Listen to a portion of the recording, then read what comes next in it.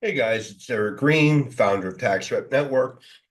Let's talk about best practices when you're dealing with an entity's tax organizer.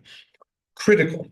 First, most important thing is do not use email, right? If you're not aware of this, uh, email is generally the number one source of issues. In fact, according to Deloitte, about 95% of all data breaches occur from a cyber attack through email.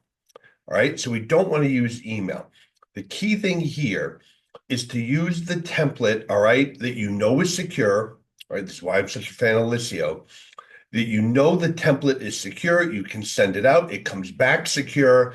All right. You've now eliminated any potential for a data breach. The information moves securely. And the truth is, you don't really have to go back and forth. The questions don't tend to vary that much entity to entity, right? In my experience. So the key thing here is use a source for gathering the information that you know is secure, all right? And as we've talked about previously, that we know is going to help us in the event of an audit, if there's a question of where information came from.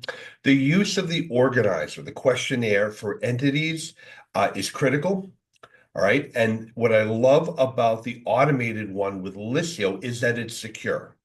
All right. Because we deal with tax professionals who not only have a data breach and have the economic impact, but now potentially are looking at FTC and IRS fines, especially if they don't have a WISP and the other critical things that we've been talking about here, in place.